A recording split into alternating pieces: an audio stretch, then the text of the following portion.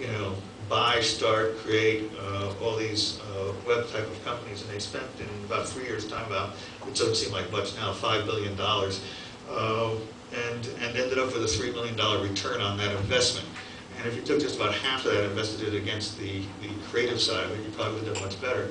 And then the second, I think, just, you know, absolute insane thing that the music companies did was literally not acknowledge the reality of what was going on around them, to the extent where they were suing their own consumers, which is never a good thing.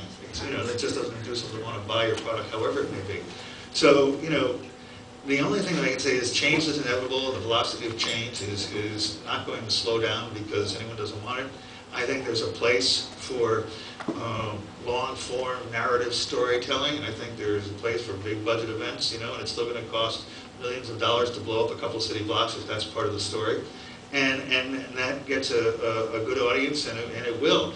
How it gets shown, how it gets distributed, I think what a guy like David Lynch is really reacting to is what every creator reacts to is the loss of control once the product goes out there. It's always been a controlled environment up until the very recent past.